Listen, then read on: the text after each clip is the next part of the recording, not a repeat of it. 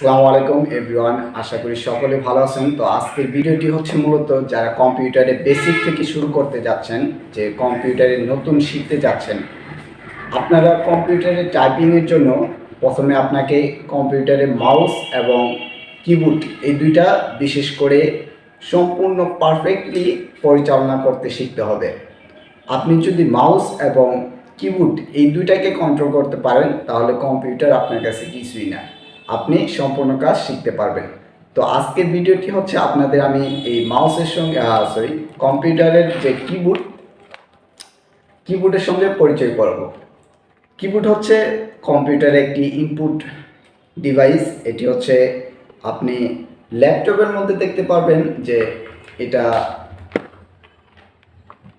একসঙ্গে লাগানো থাকে, আর এটা হচ্ছে যদি কোনো ডেস্কটপ কম্পিউটারে লাগানো হয় এটা হচ্ছে আলাদা একটা ডিভাইস, এটাকে বলে আউটপুট ডিভাইস, ইনপুট ডিভাইস, কিন্তু হচ্ছে বাইরে এক্সটার্নাল ডিভাইস যেটা বলা হয়।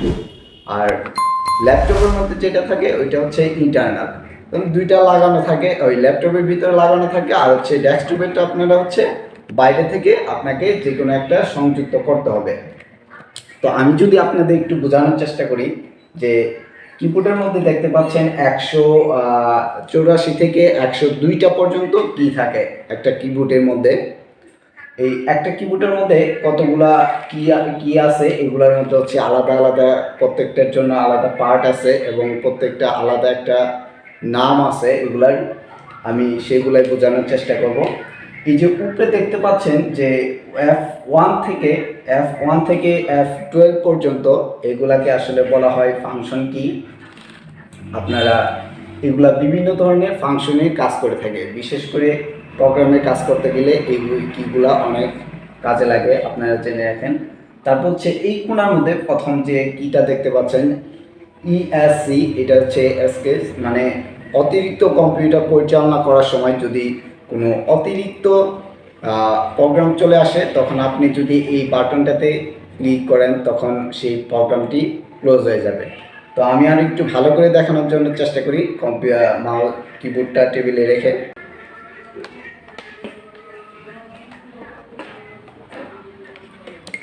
এই এসকেস থেকে শুরু করে এইখান থেকে দেখতে পাচ্ছেন এই এসকেস, এইখান থেকে শুরু করে tab, caps lock, shift, control এবং উইন্ডোজ অল্টার, এইখান থেকে শুরু করে ব্যাক স্পেস পর্যন্ত এগুলোকে বলা হয় কমান্ড কি।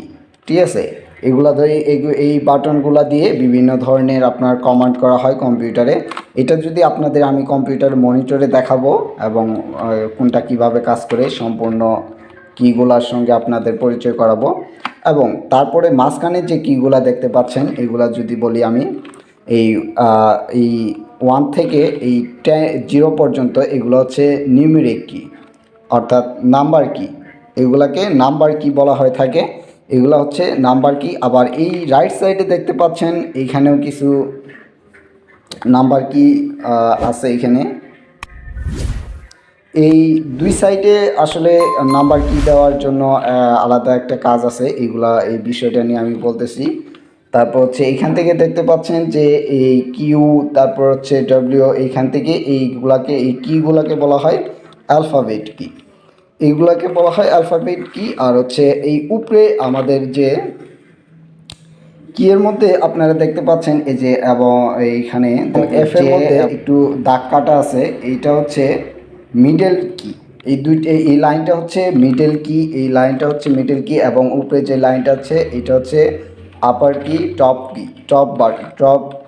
কি, আর হচ্ছে নিচে যেটা আছে এইটা হচ্ছে বটম কি। তারপর এইদিকে যদি আমরা চলে আসি, এই চারদিকে যেটা এরো, এটাকে বলা হয়, এই চারটা কিকে বলা হয় এরো কি। এবং এইখানে দেখতে পাচ্ছেন 6টা কি এবং উপরে আরও 2টা, এগুলোকে বলা হয় আসলে স্পেশাল কি। ইনসার্ট, হোম, ডিলেট এগুলোকে বলা হয় স্পেশাল কি, এগুলোর জন্য আলাদা কাজ আছে।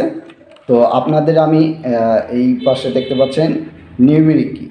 তো এই সম্পূর্ণ কিগুলার কোনটা কি কাজ করে সেগুলো আমি আপনাদের এখন মনিটরে সরাসরি দেখানোর চেষ্টা করব। তো চলুন কম্পিউটারের স্ক্রিনে চলে যাই।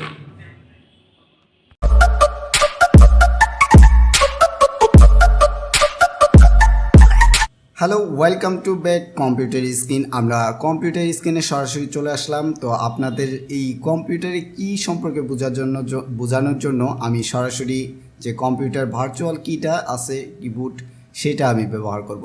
আমি এখান থেকে আগে থেকেই বের করে রাখছি। এটা যদি আপনারা বের করতে না পারেন, যে কম্পিউটারে আপনার যদি কোনো সময় আরেকটা টিপস দিয়ে রাখি, আপনার যদি কম্পিউটারের যে কিবোর্ডটা আপনি এক্সটার্নাল লাগিয়ে ব্যবহার করছেন সেটা যদি কাজ না করে, তখন কি করবেন আপনারা সরাসরি এই যে সার্চ বক্সের যে জায়গাটা দেখছেন, সার্চ বক্সে এখানে এসে লিখবেন KEY, কি লিখলে এখানে চলে আসবে অন স্ক্রিন কিবোর্ড। তো অন স্ক্রিন কিবোর্ড এইটা ক্লিক করলেই আপনাদের এই পপ আপ স্ক্রিনটি এই কিবোর্ডটি চালু হয়ে যাবে। তখন হচ্ছে আপনাদের আর কিবোর্ডের প্রয়োজন হবে না, আপনারা এখান থেকে কিবোর্ডের কাজটি করে নিতে পারবেন। তো আমাদের কাজ হচ্ছে যে কি কোন বাটনে কি কাজ করে সেইটা বলার জন্য আমরা শুরু করি। এই যে দেখতে পাচ্ছেন ESC, এটার কাজ কি? ESC এটার কাজ হচ্ছে আমাদের যদি একটা কাজ করার সময়, ধরেন আমি মাইক্রোসফট ওয়ার্ডটা এইটা ওপেন করে রাখছি, এখানে আমি কাজ করা শুরু করে দিছি, কিন্তু হঠাৎ করে আমার এক্সটার্নাল মানে আলাদা একটা প্রোগ্রাম চালু হয়ে গেছে। তখন আমরা কি করব? ধরুন সাপোজ আমাদের এই প্রোগ্রামটি চালু হয়ে গেছে, এই যে দেখতে পাচ্ছেন এইখানে এই প্রোগ্রামটি চালু হয়ে গেছে। এটা আমরা কি করব? তখন এটাকে আমরা ক্লোজ করার জন্য তখন আমাদের যে এই যে ESC এই বাটনে ক্লিক করলে এটা তখন এখান থেকে ক্লোজ হয়ে যাবে। তো আমরা এখানে ক্লিক করি, ক্লিক করার সঙ্গে সঙ্গে এটা চলে গেল, দেখতে পেলেন। তারপর হচ্ছে আমরা আসি এই যে ট্যাব বাটন। এই ট্যাব বাটনের কাজ কি?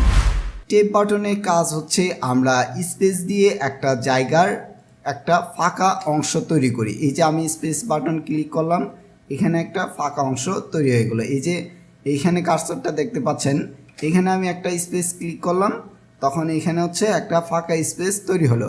কিন্তু অল্টার বাটনের কি কাজ? অল্টার বাটনে হচ্ছে স্পেসের থেকে আরও বেশি তুলনামূলক ফাঁকা হয়ে যাবে। আমরা এখানে অল্টারটা একটু অল্টার বলে ফেলছিলাম, টেপটা একটু প্রেস করে দেখি। এই যে আমি একবার টেপ প্রেস করে দিলাম, স্পেসের থেকে বেশি ফাঁকা হয়ে গেলো। আরেকবার যদি দেই আরও ফাঁকা হয়ে গেলো। আস্তে আস্তে এইভাবে অনেকটা দূরে চলে যাবে।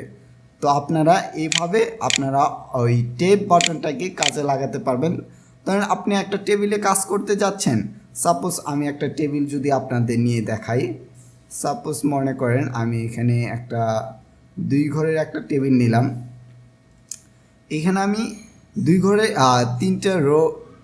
3টা কলামের একটা টেবিল নিয়েছি। আমার কার্সরটা আছে প্রথম কলামের ভিতরে।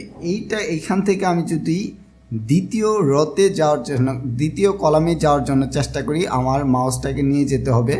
ধরেন আমি টাইপিং করতেছি, এখন টাইপিং অবস্থায় আমার হচ্ছে আসলে মাউস ধরার সময় নেই। তখন আমরা কি করব? আমাদের টাইপিং স্পিডটাকে বাড়ানোর জন্য আমরা তখন এই ট্যাব বাটনটাকে সরাসরি হাতের মাধ্যমে প্রেস করে দেব। আমাদের পরবর্তী যে কলাম সেইটাতে আমাদের কার্সরটি চলে যাবে। আমি এই যে ট্যাব বাটন প্রেস করে দিলাম, পরবর্তী কলামে চলে গেল, এবং আবার প্রেস করে দেই ট্যাব বাটনে, দেখতেই পাচ্ছেন পরবর্তীতে আবার চলে গেল। আবার যদি ট্যাব বাটনে দেই আবার চলে গেল। এইভাবে আপনার যখন এখানে শেষ হয়ে যাবে, এখানে যদি আপনার এই কাজ শেষ হয়ে গেল, কিন্তু পরবর্তীতে যদি শেষ কলামে গিয়ে দেখতে পাচ্ছেন নিচে র নাই, তখন যদি আবার প্রেস করেন নিচে আরও একটি র চলে আসবে। তারপর আসি আমাদের ক্যাপস লক। ক্যাপস লকে যদি আমরা যাই, ক্যাপস লকের কাজ হচ্ছে আমাদের এই যে লেখাগুলো আমরা যখন A, B এবং C এগুলা লিখতেছি, আমাদের সবগুলো লেখা কি স্মল লেটারে আসতেছে। স্মল লেটারে আসার কারণ হচ্ছে আমাদের এগুলা আগে থেকেই সেই ভার্সনে করা আছে। আমরা যদি এই ক্যাপস লক বাটনে প্রেস করে অন্য বাটনগুলোতে প্রেস করি, এই অ্যালফাবেট বাটনগুলোতে প্রেস করি, কিগুলোতে প্রেস করি, তখন প্রত্যেকটা কি এখানে প্রত্যেকটা অ্যালফাবেট বড় হাতের হয়ে যাবে। এই যে দেখতে পাচ্ছেন যে কে সবগুলা বড় হাতের হয়ে যাচ্ছে। আমাদের ক্যাপসুলকের কাজ হচ্ছে যে অ্যালফাবেটগুলা এবং এগুলা বড় হাতের করে লেখার জন্য, স্মল কি থেকে অ্যালফাবেট বড় হাতে করে লেখার জন্য। তারপর আমরা চলে যাই শিফট। শিফট বাটনের কাজ কি? আমাদের শিফট বাটনের অনেক কাজ থাকে। আমরা শিফট বাটনে এমন কাজ করতে পারি, আমাদের সব থেকে বেশি প্রয়োজন হয় বাংলা লেখার সময়। আমাদের শিফট বাটনের সব থেকে বেশি কাজ হয় প্রয়োজন বাংলা লেখার সময়। যখন বাংলা লিখতে যাবেন তখন শিফট বাটন চাপ দিয়ে ধরে যদি আপনি একটি বাটনে প্রেস করেন, তখন সেই বাটনের উপরে যে অংশ, উপরে যে লেখাটা, উপরে যে বর্ণটা, সেইটা উঠে যাবে। ঠিক আছে, ধরেন এখানে শিফট প্লাস নিউমেরিক কি 2 যদি ব্যবহার করি, আমাদের @ চলে আসবে। আমি এখান থেকে আমার যে কিবোর্ড লাগানো আছে সেইটা আমি শিফট ধরছি, এই যে শিফট দেখতে পাচ্ছেন সবুজ হয়ে গেছে। শিফট প্রেস করে আমি যে এই 2তে প্রেস করে দিলাম, তখন @ চলে আসলো। আর যদি আমি শিফট ছাড়া 2তে, এই নাম্বার 2তে প্রেস করি, শুধু নাম্বার 2 চলে আসবে। তাহলে বুঝতে পারছেন শিফটের কাজ কি। তারপর আমরা চলে যাই কন্ট্রোল কিতে। আমাদের কন্ট্রোল কি এর কাজ কি? আমাদের কন্ট্রোল কি এর বিভিন্ন ধরনের কাজ রয়ে থাকে। ধরুন এই যে এখানে দেখতে পাচ্ছেন প্রথমেই Ctrl+A দিলে কি হবে? সিলেক্ট অল হবে। আমাদের Ctrl+A দিলে সিলেক্ট অল, অর্থাৎ সবগুলো লেখা আমাদের সিলেক্ট হয়ে যাবে। ঠিক আছে, এইভাবে আরও অনেক কমান্ড আছে। Ctrl+C দিলে লেখাগুলো, সবগুলো লেখা সিলেক্ট অবস্থা থাকায় Ctrl+C যদি আপনি প্রেস করেন, তখন এগুলো সম্পূর্ণই আপনার কপি হয়ে যাবে। এবং Ctrl+X দিলে লেখাগুলো কাট হয়ে যাবে, অর্থাৎ সেখানে আর থাকবে না, সেখান থেকে পুরোপুরি কপি কাট হয়ে যাবে। আর যদি Ctrl+C করেন তাহলে হবে কপি হবে, যেখান থেকে কপি করবেন সেইখানেও থাকবে এবং আপনার কপিতেও থাকবে। তারপর হচ্ছে Ctrl+V যদি আমরা প্রেস করি, তখন কী হবে? যে লেখাটা আমরা কপি করে নিলাম সেটা পেস্ট হবে, অর্থাৎ সেটা আবার পুনরায় চলে আসবে। এবং Ctrl+Z যদি দিয়ে দিই আমরা, ধরুন এইখানে আমি স্পেস বাটন দিয়ে আমার সোনার বাংলা একটা লাইন আমি আপনাকে লিখে দেখাচ্ছি। আমি আমার সোনার বাংলা, এই যে লিখলাম। এখন এই লাইনটা আমি লিখে ফেলছি, এই লাইনটা আমার প্রয়োজন নেই, বা আমার লেখা ভুল হয়ে গেছে, বা এটা আমি মুছে দিতে চাই, তখন আমরা সিলেক্ট করেও দিতে পারি। অথবা আমরা Ctrl+Z চাপ দিলে পরে আমাদের সেই আগের জায়গায় চলে যাবে, যে লেখাগুলো আস্তে আস্তে উঠে যাবে। তারপর হচ্ছে Ctrl+B। Ctrl+B এর কাজ হচ্ছে আপনাদের লেখাগুলোকে বোল্ড করার জন্য, Ctrl+B বোল্ড করার জন্য। এবং Ctrl+U এগুলা হচ্ছে লেখাটার নিচে আন্ডারলাইন করার জন্য। ধরুন Ctrl+B এটাকে যদি আমরা দেখাই, কন্ট্রোল, এই যে দেখতে পাচ্ছেন আপনার এই স্ক্রিনে Ctrl+B প্রেস করে দিলে লেখাটা বোল্ড হয়ে গেল, মোটা হয়ে গেল। এবং নিচের লাইনে যেটা আছে Ctrl+U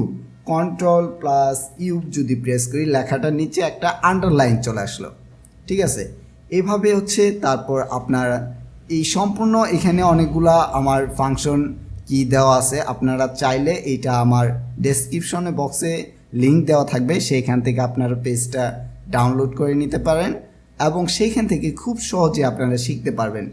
যতগুলা কমান্ড আছে শর্টকাট, সবগুলা এখানে দেওয়া আছে। তারপর দেখানোর চেষ্টা করি Ctrl+I। Ctrl+I দিলে কি হবে? Ctrl+I দিলে লেখাগুলা ইতালিক হবে। ইতালিক অর্থাৎ কি? একটুটা ডান দিকে হেলে যাবে। ঠিক আছে, আমরা একটু দিয়ে দেখি। এই যে লেখাটাকে প্রথমেই সিলেক্ট করে নিলাম, Ctrl+I প্রেস করে দিলাম, এই দেখেন হেলে গেল লেখাটা। ঠিক আছে, তারপর হচ্ছে আমরা যদি ফাংশন কিতে চলে আসি, আপনাদের প্রথমে দেখিয়েছিলাম কিবোর্ডটা ধরে যে উপরে যে F1 থেকে 12 পর্যন্ত এগুলা ফাংশন কি। ফাংশন কি এর কাজ হচ্ছে এক এক সময় এক এক ফাংশনে নিয়ে যাবে আপনাকে।